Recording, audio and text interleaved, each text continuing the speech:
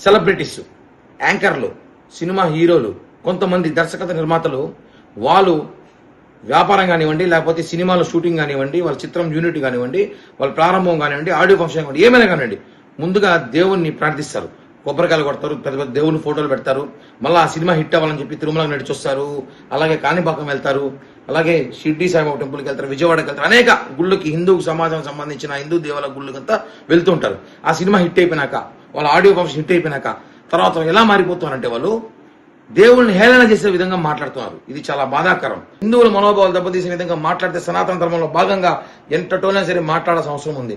ఒకటే చెప్తున్నాం, మనం చూసుకుంటాం, ఒక దర్శకుడు సినిమాలతో నాకు దేవుళ్ళంటే నమ్మకం లేదు, దేవుళ్ళంటే ఇష్టం లేదు, మా భార్య చెప్తే, మా కొడుకులు చెప్తే దేవుని మొక్కుతున్నాను అంటారు. కానీ ఆ దేవుళ్ళతో మాత్రం కోట్ల రూపాయల బడ్జెట్ చేసి సినిమాలు తీస్తారు. ఇవన్నీ కరెక్ట్ కాదు.